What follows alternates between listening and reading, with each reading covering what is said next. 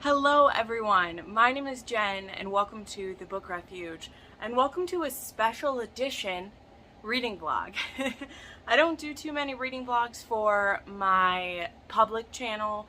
Currently most of my reading vlogs are saved for my Patreons, which if you don't know, I have a Patreon that supports me mostly full-time. So I don't do too many vlogs for the main channel, usually only if there's a special event, and this old book here qualifies as a special event today.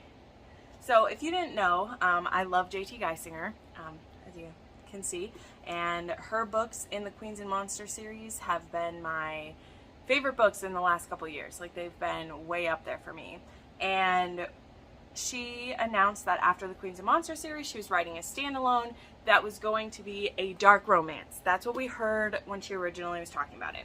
Now, JT was on my channel back in March, and as she was telling us a bit about this book, it became clear to me anyway that this was not probably going to be a romance. Just because she before has written a book that didn't have a traditional HEA, which is called Perfect Strangers, I think. And it's actually a book that I DNF'd because I started it and then I heard that it didn't have an HEA and I stopped. Because for me, the reason I'm able to read very depressing books or dark romance is because I know that I'm guaranteed a happily ever after. It makes a unsafe or scary or intense book a safe read for me, because I know no matter how dark it is, whether there is sex trafficking involved or kidnapping or mafia, that our couple or throuple or polyamorous relationship is going to end up together at the end. Now, as we got closer and closer to this book coming out, JT was putting out clips about it, or snippets, and saying that this was going to be her most twisted thing yet and that it was going to be non-traditional. So in my head for the past months, I've been thinking of this as like it was going to be a psychological thriller. Like, that's how I was viewing it. Now, this cover doesn't necessarily scream psychological thriller. It says dark romance to me. It really does. But I was always keeping that in the back of my mind.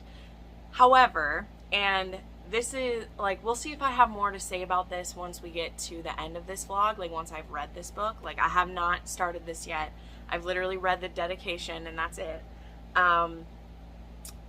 We'll see if I'm still like okay with that.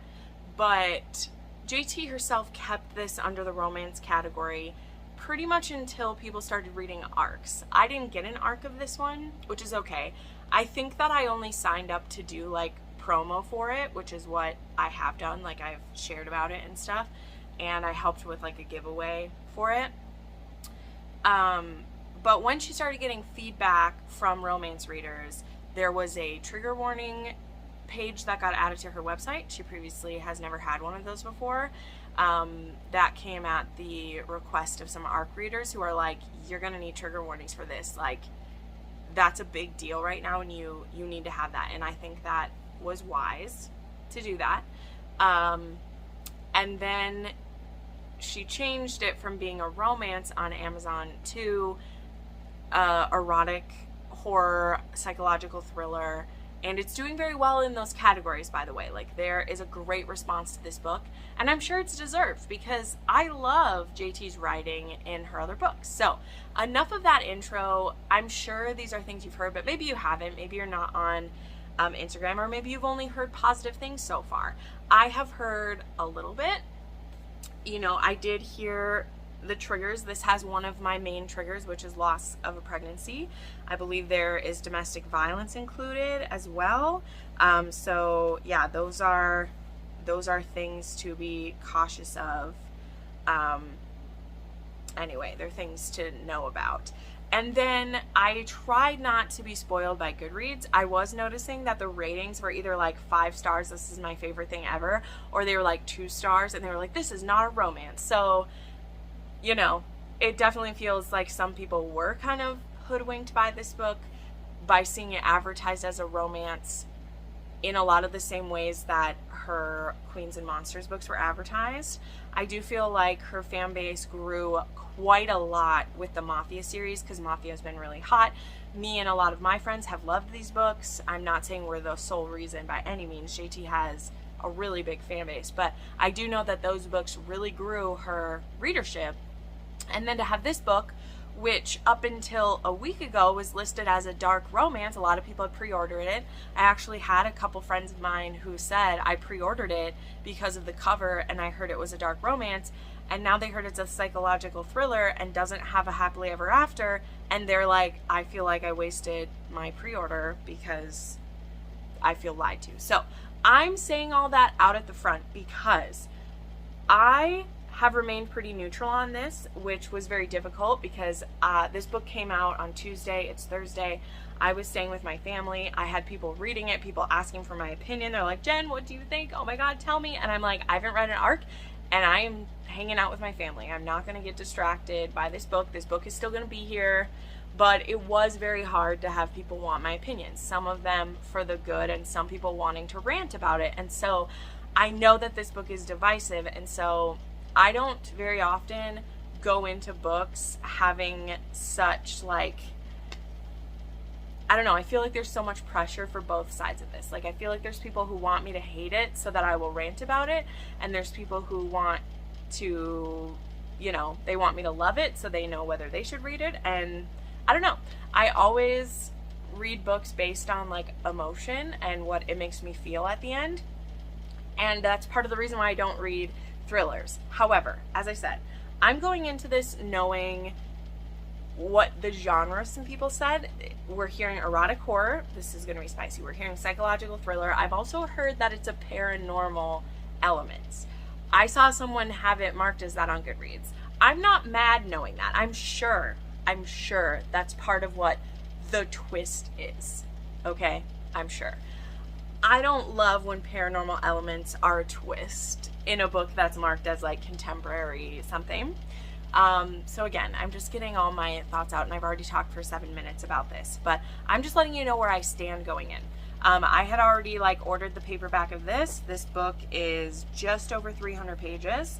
I'm going to be writing in it. Yes, I have a red pen because I like to coordinate.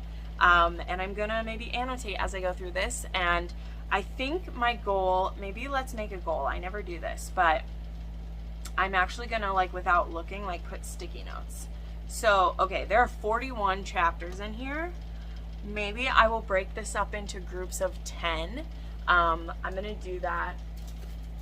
Let me find some of my pretty stickers. I'm going to do that right now. I am going to break this up into 10 chapter groupings, and I will check in with you guys after each, like, 10 chapters. Oops. I'm not looking at what they say at all. So that's what we're going to do then. So I will see you guys back after I finish 10 chapters. All right. We're at our first check-in, and we're at my favorite place to sit and do updates, apparently. So the first 10 chapters were only 60 pages. The other chunks are definitely a lot more. Oh, excuse me. So yeah, we got some interesting things going on. So this is gonna have like some spoilers, by the way, but yeah, so just know that I'm not gonna put up a spoiler tag every time, but because I'm doing my reactions to this, I'm definitely gonna have some spoilers in here. So just know that. I know a lot of my friends want to know the details too, so we'll know that.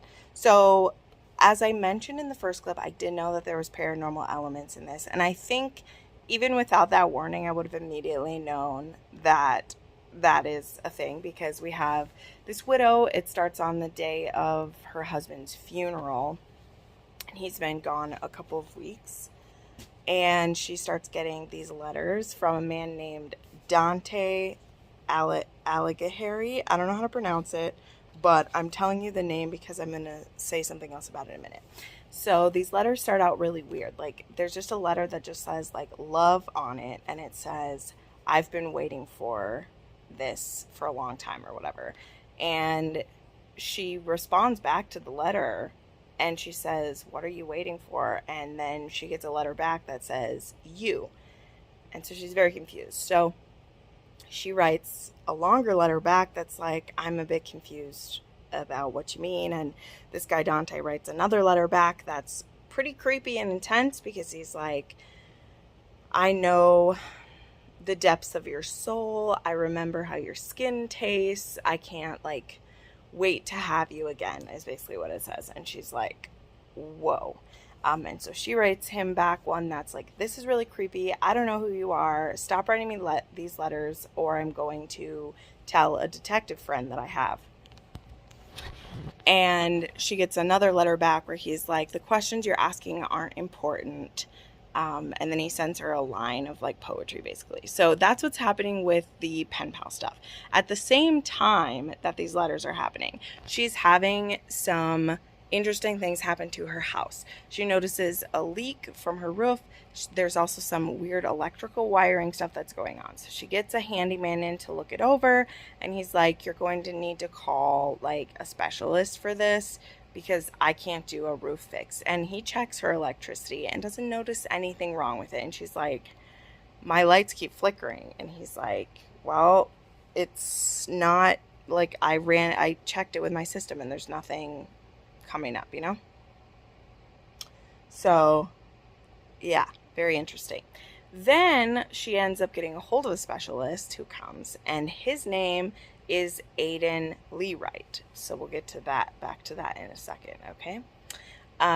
He seems very grumpy. He's tattooed. He has these work boots. He's very gruff. He is very like snarky with her. They have this banter back and forth, and he gives her a quote for it that says it's like $10,000. And she's like, what? That's ridiculous. And they haggle back and forth, and he's like, I'll do it for $5,000.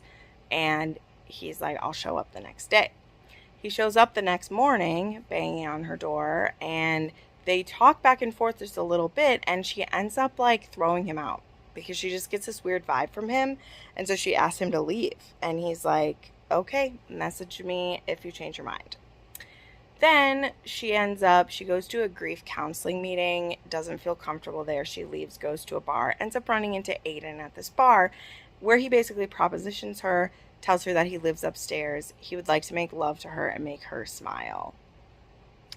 And she has told him that her husband has left her, not that he died. So she didn't tell him that she's a widow. He still is like, I would like to fuck you, basically. And she's like, no, I've never. And he's like, well, when you change your mind, you know where to find me. I live upstairs. And she's like, I won't be doing that. Well, then she goes home, and there's some weird, paranormal vibey stuff. She feels like someone broke into her house. She gets dressed really quickly. She goes to Aiden's and bangs on the door. So that's where we're at right now, okay? These first 10 chapters, we've gotten to this point. So there are these different things happening. Some of them feel disconnected, right? Here's the thing that I noticed immediately. And now here's the thing about like physically reading this book, which I know everybody has had to physically read it, whether it's on Kindle or whether it isn't a audiobook for this one yet. But when I saw the name Dante Alighieri, I can't pronounce it, and then I saw the name Aiden Leewright, I at first thought that Leewright was like the same name as Alighieri. I know that doesn't sound the same, but like the letters seemed similar. So I went and looked up Aiden's name or Dante's name, and Dante Alighieri, which I can't pronounce, and Aiden Leewright are anagrams for each other. I noticed that immediately, and I made a note of it. So it's obvious to me that they're going to be connected somehow. Don't know how, don't know why or where or whatever, but those two names are anagrams for each other. If you don't know what an anagram is, it means one word is spelled using the letters of another word. So the Dante's name, first and last, has all the letters that are contained within Aiden Leewright, and I noticed that right away. So anyway, that's all that I have so far. I'm about to start chapter 11. Oh, also, they're just about to like fuck for the first time because she went to his house and they're kissing, and that's where I had to stop. But anyway, that's what I'm getting so far. There is great banter that I still love. I'm intrigued by the story. It's definitely giving me the vibes that I was expecting. And so far, we're good. Like, there's the things that are prickling my senses, like I mentioned, and we're going to see where that goes. So I'll check back in when I finish chapter 20, and we'll see how things have escalated. All right, we're back. And yeah, I'm still in the same position. I have moved, but I'm not going to move again just to film from a different angle. We'll get there. Okay, so now I finished chapter 20. I'm almost halfway through, and I don't have too much new to add, but I said I would check in every 10 chapters, so that's what I'm doing. What's been happening? Lots of sex, athletic sex. There's been some primal. There is some BDSM dynamic being added in without too much discussion about it. He told her she needed a safe word, and she picked cheesy as her safe word. There's been some spanking and some 69ing and more creepy things happening. There was the classic, I turned my back, and when I came back into the kitchen, every drawer is thrown open and every cupboard is thrown open and every drawer was pulled out, and it was a disaster. And her security system that was just put in never made a single peep, and it's all very suspicious. So yeah, things are very serious with them after 3 days, which, to be honest, like, it's not like that's completely unfathomable in a romance novel. But I mean, I know this one isn't going to be a romance, but JT Geissinger herself, she has written other couples that are this obsessed this quickly. So that's what I mean. Like, it's not uncommon or impossible thing to happen, but because I know there's got to be more going on here, it's super weird. Also, she's pretty sure she's found a place where someone is watching her and is able to see into her house, and there's a buffalo nickel that she finds in the mud. Apparently, her dead husband had collected these nickels, and so she finds one there, and then where I just stopped, she's leaving Aiden's house. Excuse me. And she finds a nickel on her dashboard of her car, her locked car. So, yeah. And then one other thing that was also creepy is, so we finally, find out how the accident was that killed her husband, Michael, and apparently they were on a boat, and he fell in and drowned. And as he was dying, she smelled burning ash, and she heard maniacal laughter when her husband died. So that's what I know so far. So there we were at. I'm not feeling any way in particular. The spice is real good. JT knows how to write the smut. The banter's great. He's calling her Bunny Rabbit or Little Rabbit, and she's calling him the Lion King. She's always got to have a nickname for her characters. Yeah, so far it has the hot beginnings of a spicy romance, but we know that's not where it's going to go. So I think the other thing too is that a lot of the things that were happening to her, they're creepy. But because I know there's some kind of paranormal element, it's also kind of like, well, is everything that's happening going to be because someone's a ghost or because paranormal, That's the trouble when it's a paranormal thriller, is that you can make anything happen with magic, right? Anything can happen with paranormal. So it's less creepy to me when it's paranormal, and it's also it's not as fun because it's like, will this be a puzzle that we're able to figure out? Because if the answer is paranormal, an author can just pull it out of nowhere. And I mean, of course, maybe they don't feel like they're pulling it out of nowhere, but when it's something paranormal, it's harder to be like, this is what happened that makes it happen, It's weird, but Anyway, that's where we're at. And I'll be back in after chapter 30. All right. Well, I read chapters 20 to 30 faster than any of the others, so that's good. I literally only have that much left. I have 10 chapters left. It's about like 80 pages, and I still have no idea what's going on. I have no idea what's going on. Okay, so there was lots more fucking happening, lots of it. Really good primal play happening in this, okay? Some really good primal play happening in this, not gonna lie. Like actual running through the forest, fucking in the dirt. I really love it. Really good aftercare. They're really great. So what I got up to just now, though, is... I'm gonna hold this out here so my arms don't get tired. Is Aiden actually just like... He didn't break up with her, but he's really feeling for her, and she's feeling for him, and so he tells her that when she's ready to take off her wedding ring, that they can move forward. And he's like, I'm not going to rush you, but you have to figure this out, because I'm falling for you. Like, I've already fallen for you, and you're still holding on to this. So she had talked with her housekeeper. Her housekeeper wanted her to talk to a friend about a seance, because she has told her there's ghosts in her house. Like, that is what's going on in the house, which we're kind of already feeling that there's ghosts in this house. Like, we think that's what's happening.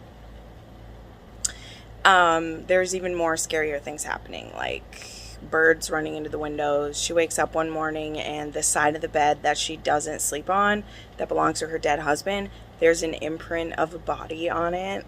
It's creepy shit. She sees a little boy playing in her backyard who disappears. So that's creepy. Kids there and disappearing. But yeah, so she's going to do that. Then after spending some more time with Aiden, she decides she doesn't want to do the seance. And her cleaning lady is like, okay, if you're sure. Then after Aiden says they need to take a break till she's ready, because he's like, I don't want you to look back and think that,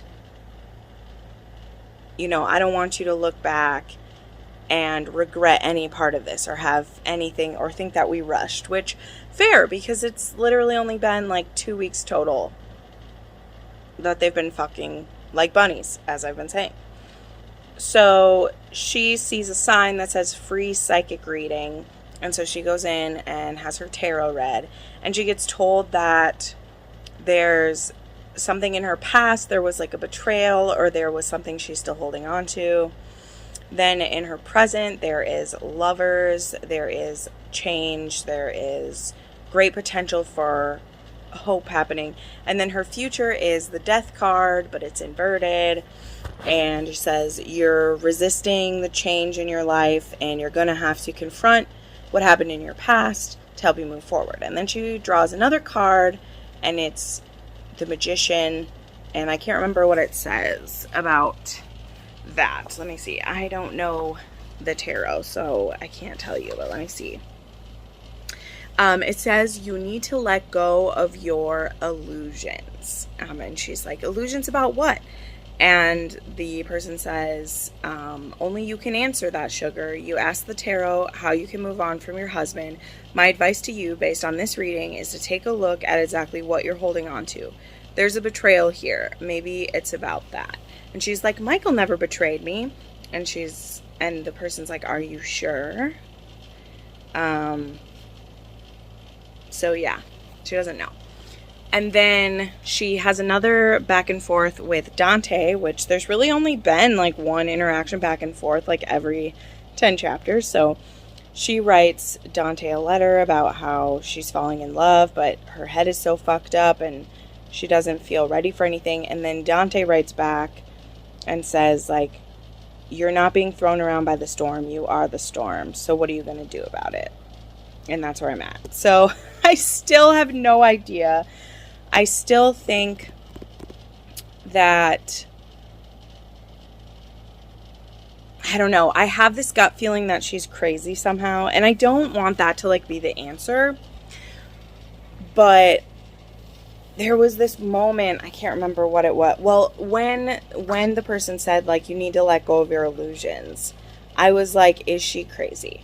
Is she in a coma and she thinks that she's really alive, and so these like impressions of people, this impression on her bed, like is she the one who's crazy or not there?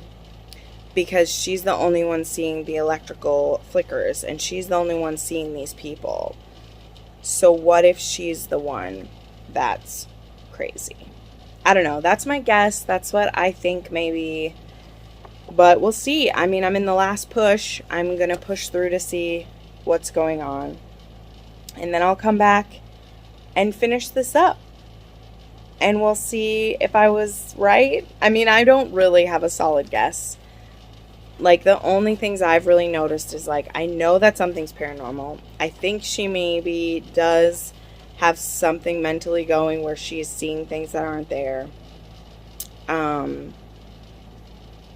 Maybe she's doing things she doesn't know that she's doing. I don't know. I don't feel like this is one where it's, like, multiple personalities or something. I don't know. It doesn't feel like that. But it could be. Yeah, that's kind of where I am with it. So, yeah. When I check back in, we'll see. Okay, I had one other thought before. I have not read any more yet. I'm sorry. I came back again because I was just messaging Jessin, because I've been messaging her every little bit I've read as well. And as I was talking it out, I had an idea. And I want to get this on camera because if I'm right, I want, like, proof that I'm right. So, okay. So she was remembering, like, there's a point where Aiden asks her if she wants to have kids, and she says yes, and then he's like, why are you shaking? And she says, well, because we tried to have kids, and I had a miscarriage, and I was pretty far along. And she has a flash of remembering crawling across the floor trying to get to the phone, and there was someone standing over her with this malevolent energy, okay? And then let's also remember what I just said about the, like, there was one of the letters from Dante, the very first letter is, I'll wait forever for you. And she asks him, you'll wait for what? And he says, for you. So we know that about Dante. And she's like, I don't know if I want to write to you. You're kind of weird. And he's like, you know, we have these letters go back and forth. Aiden also has said when she's not, because she doesn't tell Aiden that her husband's dead, she says they're separated. And I wonder if these two things are mixed. And I know that's confusing, but in my head I know what I mean, but it's hard to explain it. Like, what if the first time she fell for Aiden, who was Dante, she fell for Dante, she was separated? What if she fell for him when she was separated? And she's pregnant with Dante's child. And then Michael doesn't want the divorce. He knows she's pregnant. He takes it out on her. She loses the baby. And I know this is weird. I'm making it. What if she's like in a coma or something? So all these impressions of things happening are her like remembering different things. And so she's like living both things twice, because when she meets with Aiden and his friend, the friend notices she's still wearing her ring and she's not ready to take her ring off because this just happened. Like, her husband just died a little bit ago. But then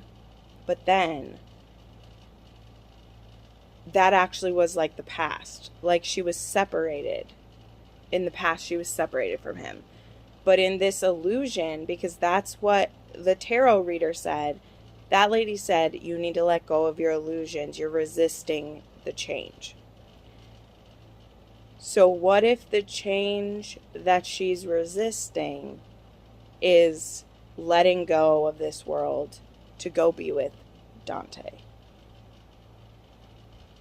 in death?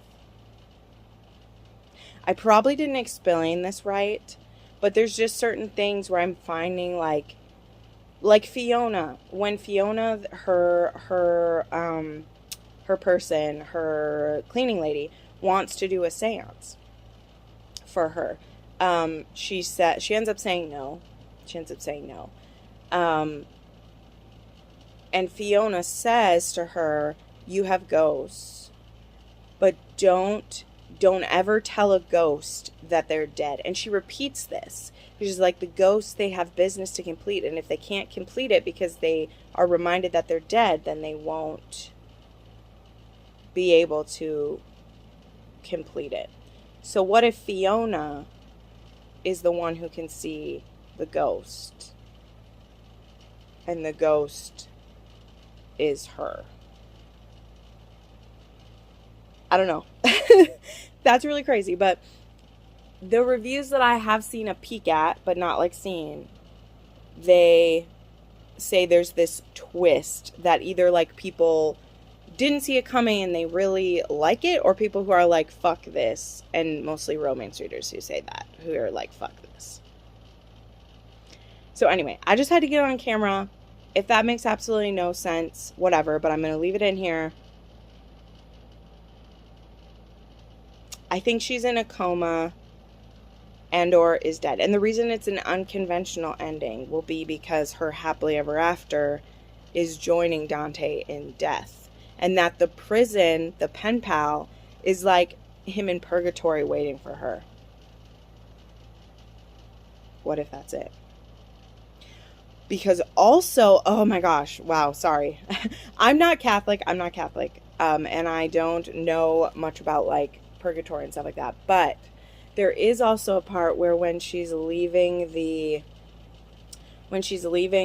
tarot reader, the tarot reader is like, no charge, I'm gonna pray for you. And you're supposed to like pray for people in purgatory, right? Okay, I'm gonna stop. I'm gonna finish. I just have I have another like 60 pages left and 10 more chapters, so I'll be back when I'm done. Okay, I finished. You can tell from my eyes that it was a bit emotional. I also pulled out my mic for this so that I don't have to talk too loud and I can just kind of sit with this. So first I want to say that I'm not crying actually from the end of the book. I'm crying from the author's note, which I always love author's notes. I really do. I pretty much read every single author's note that an author puts in, whether it's at the beginning or the end. I just really like them when an author shares, or I mean, this one, it was the acknowledgement. I'm sorry. The acknowledgement in this one. And it talks about the inspiration for this book, which I'll come back around to in a minute. I actually ended this book with a smile on my face, which will sound weird, but I'll tell you why in a minute. This definitely did have an unconventional ending, but you know what? I'm still going to call it an HEA. I'm not calling this book a romance. I think psychological erotic thriller's still right. But you know what? I'm not denying how JT has categorized this. Because it did have an unconventional, like, HEA that, oddly enough, with the cards were dealt, and now knowing what was happening, I feel like is the happiest ending we could have, okay? So, I knew that I should, like, wait to wrap this up, but also I just wanted to give you guys my raw feelings. We'll see if I get through everything I want to say or if I have to finish this tomorrow, but I think I'll be able to do it. I just gotta get through this here. So, last thing that I guessed. I thought that Kayla might be dead. I was right. I was wrong about how Aiden/Dante completely played into it, but also right at the same time. Him telling her that to come find him when she was ready to take off her ring and when she was ready to see it, like, we were kind of having like dual remembrances. Like, there were things that were happening in her house that are happening in present time, And she was visiting with Dante because ghosts can see other ghosts. So when we get to the end of this and we have Fiona, the housekeeper, isn't really a housekeeper. She's a ghost, like, hunter slash, like, her and her sister are mediums. And so there are these different things that they were all they were there. Like, this is the thing that I think I said I was nervous about when paranormal elements are involved. Are all the pieces there for me to figure it out? Or is there some element that I never could have figured out and it was this, like, big trick? I would say that the pieces are there. I mean, you saw me popping in on things, and, like, there were things that I was starting to figure out. I wouldn't have gotten all of it, but that's kind of the fun of being surprised too. So, yeah. What happened here? If you're still watching and don't realize this is full spoilers, I am telling you the full, I mean, I've told you she's dead. It is confirmed she's dead. But the parts where, like, she still had, like, a ring on were also, like, she had separated from her husband. And so the times when she was telling Dante, I'm separated from him, not saying my husband's dead, were a combination kind of like her memories of, like, she did meet Dante when she was separated. And it's not Dante, I'm sorry, it's Aiden. Dante is the anagram of Aiden's name. And the letters that Aiden, the ghost, was writing to her as her pen pal to try to help her figure out what's going on. Because Fiona and Claire were right. Like, you can't just tell her she's dead. They needed to lead her to it. And so, oops, sorry. I hate putting it on when I have a crew neck on, but I just have to do it. He's trying to lead her to show her that she's dead. Sorry. So that she can join him. So I was right about that part. I was also right about them being dead, and her husband did it. Her husband is a paranoid schizophrenic who's been refusing to take his meds, and he did cause her to lose her baby, but she was still alive when that happened. So she lost their baby, and that officially ended their marriage. So she divorced from her husband, separated from him.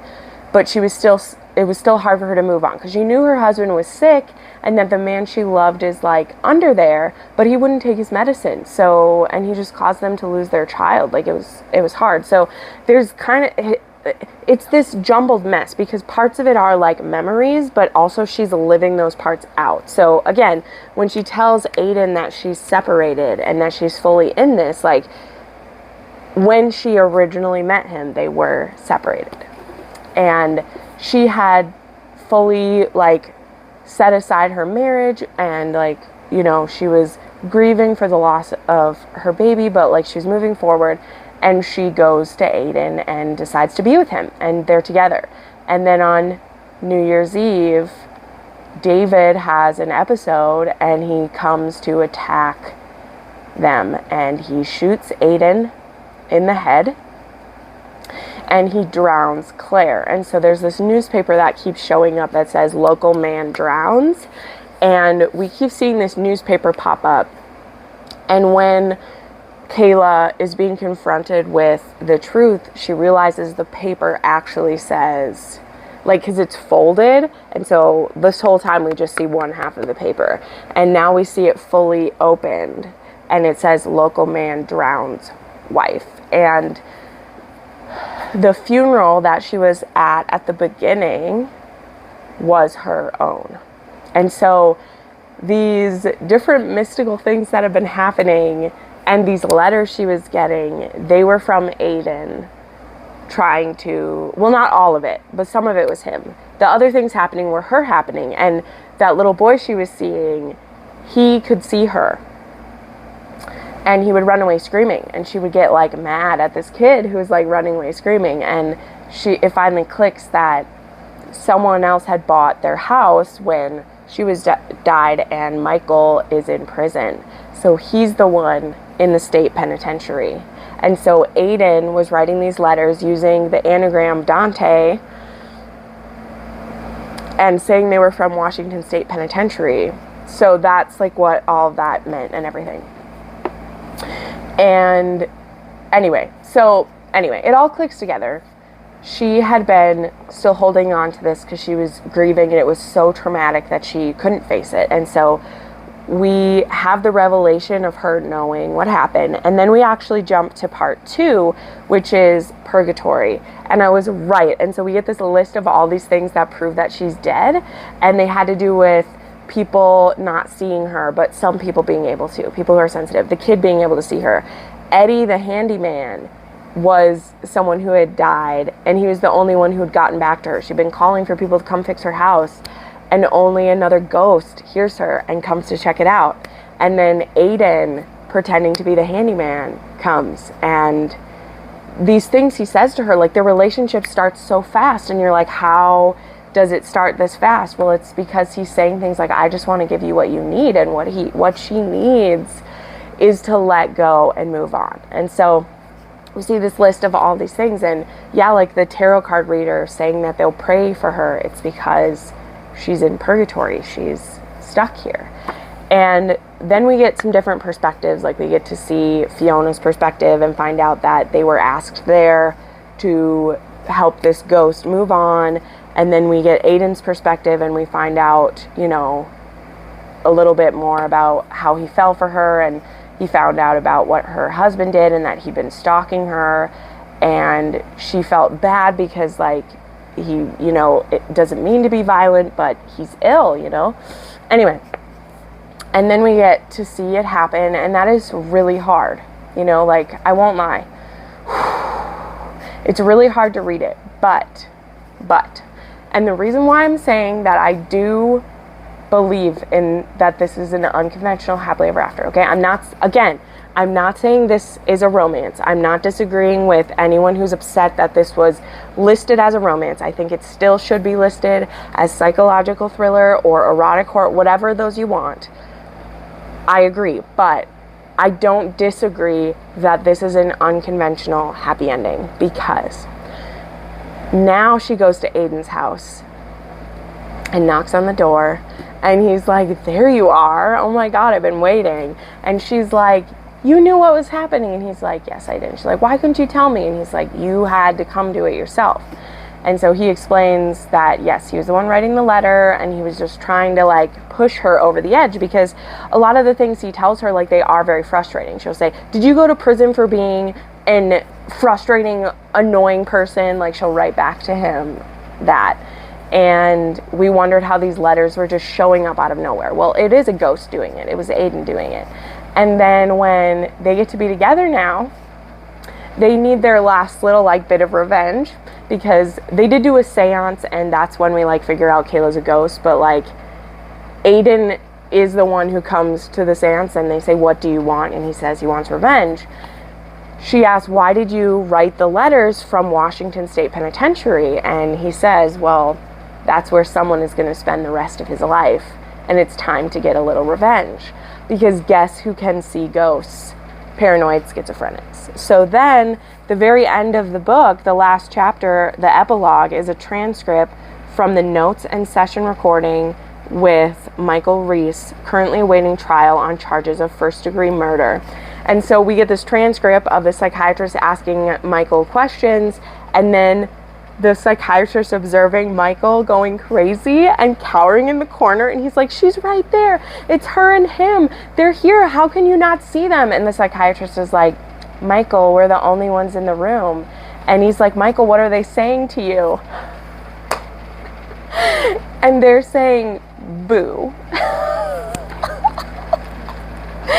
And so, then just the last thing is physician's note. After being restrained by guards, the patient received a tranquilizer and was referred to psychiatric department for further evaluation.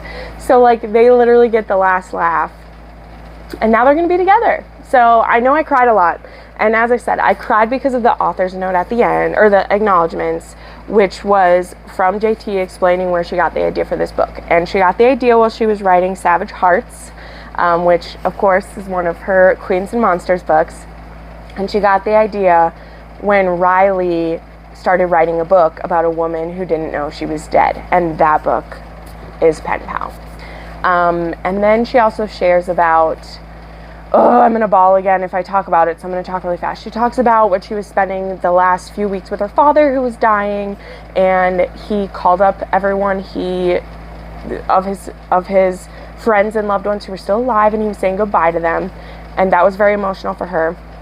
And then the other part was, in his very last days, when he wasn't on drugs or on any relaxants, he was seeing angels, and he was talking to them. And he was talking to his loved ones who were waiting for him.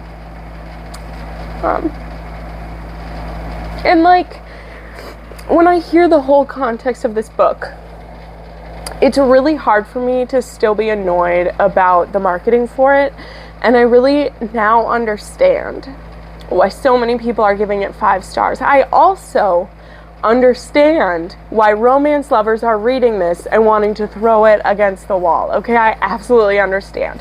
Because if I didn't know going in what I was getting, this would have been devastating, okay? And it hurts. But because at the beginning of this vlog, I said the things I knew. I knew that this had paranormal elements. I knew that it was more of an erotic thriller or psychological, whatever. And I knew that it would have an unconventional happily ever after. Those were the 3 things that I knew. So while I was reading this, I was looking for clues about what's going on. I was prepared to have my heart broken. And so when we got to see what the end was, like I said, I do feel like this had an HEA. It's not an HEA where they're alive and can have babies. So that's why it shouldn't be a romance. But I do understand why people are loving this. And a lot of people like to hurt for their books. A lot of people like to hurt. And I think for me, the biggest change that could be made that would change this, I don't think this cover is right. I really think this is misleading. This does have a dark romance cover. I honestly feel like this should have like an item cover of just like a letter with the blood smudge on it and say that, like, I think that JT should do a recovering soon. And I know she bought this photo because she freaking loves this guy and like wanted to use this, and like this is Aiden, this is him, but I think that if she redid this cover and it looked like a psychological thriller, like it would be more honest in a way. But now knowing the whole story, I was very nervous that like the Dante character was actually going to be like a serial killer or was going to be like evil or in some way. And so for him to really be I'm sorry, I can't make it through this. For him to really be like her true love who's waiting for her and trying to help guide her home. It works for me, guys. It works for me. I'm not usually the channel who wants you to read like angsty books. And you don't have to read this if this, you know. But again, I'm mostly crying because I know what this book like means to her now. And I really don't want to hate on it because it's very I can see why this was a very special book for her. And I'm really glad she shared it with us, even if I don't agree with the marketing campaign that was used. So that's my final answer. I'm going to give this a 5-star. It's not a 6-star. It's not a book that I want to read again, but I don't hate it. And it's a book that, yeah, it's a book I couldn't read again because now knowing it, it would hurt. But if this comes out on audiobook with Troy Duran reading it, which it probably will, I'll probably listen to it. So there you go. Anyway, I'm going to wrap this up. I'm a sobbing mess. I'm sorry. But I liked it. I did. And I know that having the right expectations are why I was able to like it. You know, I was actually expecting it to be worse than it was. I also think I was a big fan of like Ghost Whisperer when I was a kid. And this honestly kind of felt like an episode of that once I saw the end of it. So anyway, okay, I'm wrapping it up. This video is so long, but I mean, take this for what you will. I'm not condoning this. I'm not going to push this one as a rec, but I enjoyed my reading experience, and I thought it was beautiful by the end. So thank you so much for watching, and I'll see you next time, guys. Bye.